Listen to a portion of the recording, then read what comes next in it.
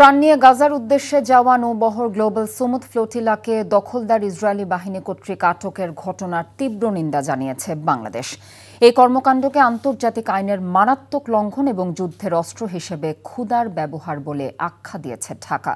পররাষ্ট্র মন্ত্রণালয় থেকে পাঠানো এক সংবাদ বিজ্ঞপ্তিতে ইসরায়েলের প্রতি অবিলম্বে এবং নিঃশর্তভাবে আটক সব মানবিক সহায়তা কর্মী এবং অ্যাক্টিভিস্টদের মুক্তি দেবার এবং তাদের নিরাপত্তা ও কল্যাণ নিশ্চিত করার আহ্বান জানানো হয়েছে।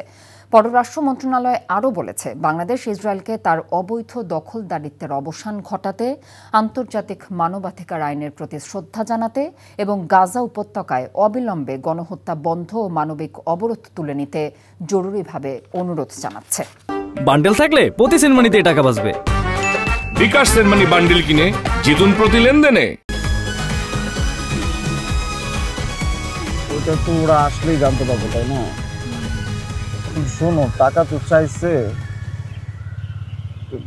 10,000 টাকার শর্ট আছে, বুঝছো? ধন্যবাদ। কত টাকার শর্ট পড়ছে সেটা বল।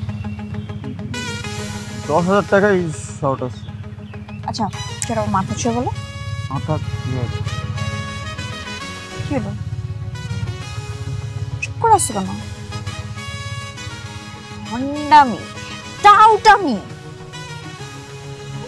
জায়গা পাও না তুমি? তুমি কি জীবনে ভালো হবে না? শোনো, ভন্ড আর টাউট বলবা না, আমার ইগোতে লাগে। তুমি ওইটাই। ঠিক আছে, ভণ্ডামি টাউটামি মানুষ করে, কিন্তু গার্লফ্রেন্ডের সাথেও কোনো কথা? দেখো মিমি, আমি আগের থেকে অনেক লক্ষ্য হয়ে গেছি, ভালো হয়ে গেছি। পুরোপুরি হইতে পারি নাই, অর্ধেক ভালো তো 50% ভালো হয়ে গেছে। আগে যদি হইতো আমি তোমার থেকে 20,000 টাকা চাইতাম। এই চুপ।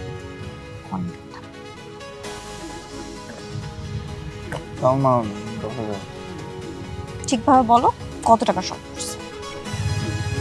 5,000 টাকা লাগবে।